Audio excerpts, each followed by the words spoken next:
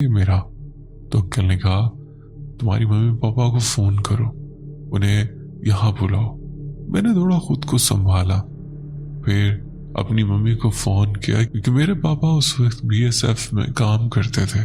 तो मम्मी को ही बुलाया। तब तक वो फुटबॉल भी कहीं गायब हो चुकी थी। हमारी जान में जान आई। मम्मी आई और हमें अपने साथ ले गई। उस दिन के बाद हम कुछ दिन ट्यूशन नहीं गए। जब सर को सब कुछ पता चला तो इन्होंने कहा ठीक है अब उसके घर मत जाना, लेकिन मेरे घर आ सकते हो। तो इसके बाद हम रोज सर के घर ही जाते थे और मम्मी या पापा हमें लेने आते थे। हमें एक पंडित जी ने ताबीज दिया जो हम तीनों ने पहना। अदनान भाई पता नहीं आपको ये कहानी कैसी लगी, लेकिन ये मेरी अपनी आप ही थी। अगर आपको पसंद आए तो बराए करम अपने चैनल पर शेयर करिएगा। ऐसी और भी कहानियां जो मेरे साथ पेश आई, अगर आपको ये पसंद आए तो ज़रूर बताइएगा, मैं बाकी भी आपसे शेयर करूंगा। तो ये मेरी YouTube फैमिली बताएगी। अगर आपको ये स्टोरी पसंद आई है तो कमेंट में अपनी राय का इजहार कीजिएगा, ताकि जिन्होंने ये स्टोरी भेजी है तो अपनी बाकी की भी स्टोरी हमसे शेयर करें। Thank you. बढ़ते हैं एक और स्टोरी की तरफ। मेरा नाम सबाहत और मेरा ताल्लुक लाहौर से है। मैं आपकी बहुत पुरानी सब्सक्राइबर हूँ और आपकी कहानियां बहुत शौक से सुनती हूँ। आज मैं आपसे अपनी हॉन्टेड नानो होम के 2-4 छोटे छोटे वाकयात शेयर करने जा रही हूँ। मेरी नानो होम मेरे नाना ने आज से 51 साल पहले बनवाया था। माशाल्लाह वो बहुत बड़ा 3 मंजिला घर है और इसके बिल्कुल सामने एक बंद एकेडमी है जो कई सालों से बंद पड़ी है। उस एकेडमी में एक जामुन का बहुत पुराना दरख्त है और ऐसा लगता है कि उस दरख्त के असरात मेरी नानों के घर पर है। ये सब वाकयात तब शुरू हुए जब मेरी नाना नानी उम्रा अदा करने के लिए गए। तब मेरी अम्मी बहुत छोटी थी। सब एक ही कमरे में सो रहे थे। मेरे दोनों मामू नीचे फर्श पर गद्दा बिछाकर सोए हुए थे, जबकि मेरी अम्मी और उनकी 3 बहनें बेड पर सो रही थी। रात के वक्त अचानक सब बहनें भाइयों की साइकिलें कतार से जमीन पर गिरने लगी। सब उस आवाज से डर कर जाग गए। जब इन्होंने खिड़की से बाहर झांका तो क्या देखा कि एक काला लंबा सा साया उनके घर के जिस तरफ से गुजर रहा था वहां की दीवारों पर लगी तस्वीरें और सजावट की चीजें खुद ब खुद गिरकर टूट रही थी। उस वाक़े के बाद सब बहुत डर गए और घर में अजीब और गरीब हरकतें शुरू हो गई। वक्त गुजरता गया और आहिस्ता आहिस्ता सब लोग उन चीजों के आदी हो गए। एक दिन मेरी खाला दूसरे फ्लोर की बैल्कनी में शाम के वक्त बैठी हुई थी। बैल्कनी बिल्कुल एकेडमी के सामने थी। उन्होंने देखा कि जामुन के दरख्त के पीछे से कोई काला सा वजूद उंगली के इशारे से उन्हें बुला रहा और कह रहा है इधर आओ। देखकर मेरी खाला फौरन नीचे अपनी अम्मी के पास चली गई। अक्सर ऐसा होता था कि मेरी अम्मी और नानों की ज्वेलरी जमीन पर गिरती थी और फिर दोबारा कभी नहीं मिलती थी। अब मैं आपको वाक़या सुनाती हूँ जो मेरे साथ खुद पेश आया। एक बार मैं गेस्ट रूम में बैठी हुई थी। इसके बिल्कुल सामने किचन था और किचन का दरवाजा खुला हुआ था। मैंने देखा कि माइक्रोवेव खुद ब खुद ऑन हो गया और उसके साथ रखा कप स्टैंड जोर जोर से हिलने लगा। हालांकि वहां ना कोई हवा थी ना कोई इंसान। दान भाई मंजर देखकर मेरे पैरों तले जमीन निकल गई और मैं फौरन वहां से भाग गई। मैं आपको बहुत शॉर्टकट में वाकयात सुना रही हूँ, वरना पूरी कहानी बहुत तवील हो जाएगी। तो होता कुछ ये है कि मेरी मम्मी मुझे और मेरी बहन को अपने साथ ऊपर कुछ काम के लिए लेकर जाती है। तो हम क्या देखते हैं कि ऊपर के पूरे पोर्शन की लाइट्स, नल के, टीवी और वॉशरूम सब कुछ ऑन है। हालांकि मेरी मम्मी ये सब अपने हाथों से बंद करके नीचे आई थी। खैर हम सब चीजें बंद करके वापस नीचे आ जाते हैं। थोड़ी देर बाद मैं और मेरा एक कजन दोबारा ऊपर जाते हैं तो देखते हैं कि वो सब चीजें वैसी की वैसी ही ऑन है।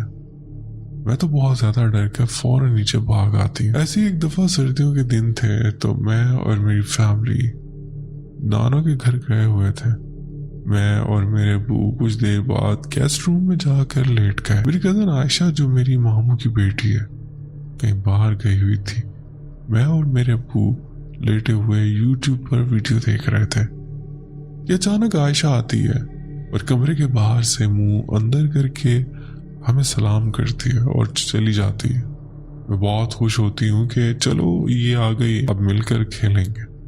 थोड़ी देर बाद मैं कमरे से बाहर जाती हूँ और अपनी मम्मी और बहनों से पूछती हूँ कि आयशा कहाँ है।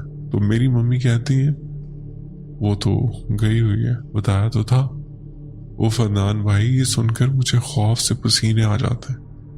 मैं अपने अब्बू से तस्दीक करती हूँ कि अभी आयशा ने कमरे में आकर हमें सलाम किया था। तो मेरे अब्बू भी कहते हैं हाँ, उसने सलाम भी किया था। फिर सबको इस बात पर यकीन आ जाता है कि वो मेरी कज़न नहीं थी बल्कि कोई और ही चीज़ थी। अब आपको क्या बताऊँ तान भाई, हमने उस घर पर बहुत बार दम करवाया, बड़े बड़े आलमों से चेक करवाया, लेकिन वो चीज़ उस घर को छोड़ने पर रजामंदी नहीं है। खैर, अब मेरी नानों ने वो घर छोड़ दिया और वो घर आज भी वैसे ही बंद पड़ा है। आज भी जब मैं उस घर के बारे में सोचती हूँ तो मेरे रोंगटे खड़े हो जाते हैं। आपको मेरी कहानी कैसी लगी? अगर अच्छी लगी तो दरख्वास्त है कि अपने चैनल पर ज़रूर अपलोड कीजिएगा। बहुत शुक्रिया, आपने अपनी स्टोरी हमसे शेयर की। बढ़ते एक और शॉर्ट स्टोरी की तरफ। मेरा नाम वर्दा है और मैं सुबह सिंध के शहर कराची में रहती हूँ। ये वाक़या मेरे साथ पेश आया और ये एक सच्चा और निहायत खौफनाक तजुर्बा है। मैं यूनिवर्सिटी के तीसरे साल में हूँ। रोजाना की तरह यूनिवर्सिटी जाती हूँ और वापसी पर तकरीबन शाम के 4 बज जाते हैं।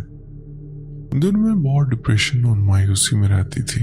यूँ समझे कि मेरी अंदर मनफी ख्यालात की शिद्दत बढ़ गई थी। उसी दौरान एक दिन मैं यूनिवर्सिटी से कुछ देर से वापस आई।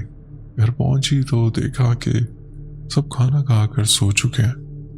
जैसे कि अक्सर होता है, मैंने बैक साइड पर रखा, हाथ मुंह धोए, खाना खाया और सहन में बिछे कालीन पर बैठ गई। हमारा घर फ्लैट टाइप है जिसमें 3 कमरे सहन में खुलते हैं। सहन से मुतसिल एक गैलरी है जिसमें एक बड़ा फ्रोस्टेड शीशा लगा हुआ है और इसके साथ ही मरकजी गेट है। जब मैं सहन में बैठी हुई थी तो मेरे कान में आहिस्ता आहिस्ता किसी की आवाज आई जो कह रहा था दरवाजा खोलो। ये एक आवाज नहीं थी बल्कि 2-3 मिली जुली भारी भारी सी आवाजें थी और अल्फाज भी बिखरे बिखरे से थे। मैं अभी घबरा ही रही थी कि अचानक जोर जोर से दरवाजा पीटा जाने लगा। मैं वहीं साकित बैठ गई। भागने ही हिम्मत ना हुई, मगर तजस्सुस की वजह से मैं आहिस्ता आहिस्ता मेन गेट के करीब गई।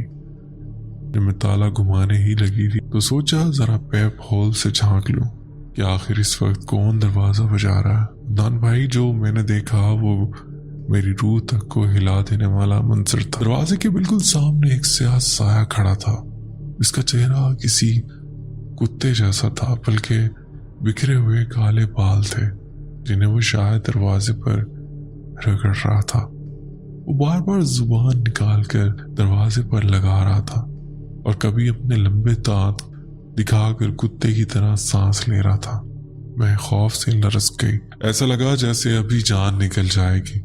मैंने हिम्मत करके जोर से आयतुल कुर्सी पढ़ना शुरू की और पीछे हटने लगी। मेरे शोर से मेरी छोटी बहन जाकर बाहर आई। उसने पूछा क्या हुआ। मैंने कहा अंदर चली जाओ, फौरन सूर्य बकरा लगा दो, बाहर मत आना। इतना कहना था कि दरवाजा एक बार फिर जोर जोर से बजने लगा। मेरा दिल जोर जोर से धड़कने लगा।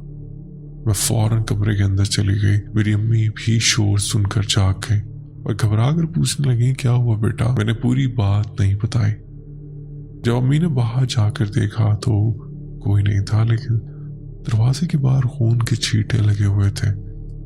अगले दिन अम्मी ने लाड़काना से अपनी एक दोस्त जो कि आलमा है इन्हें बुलाया।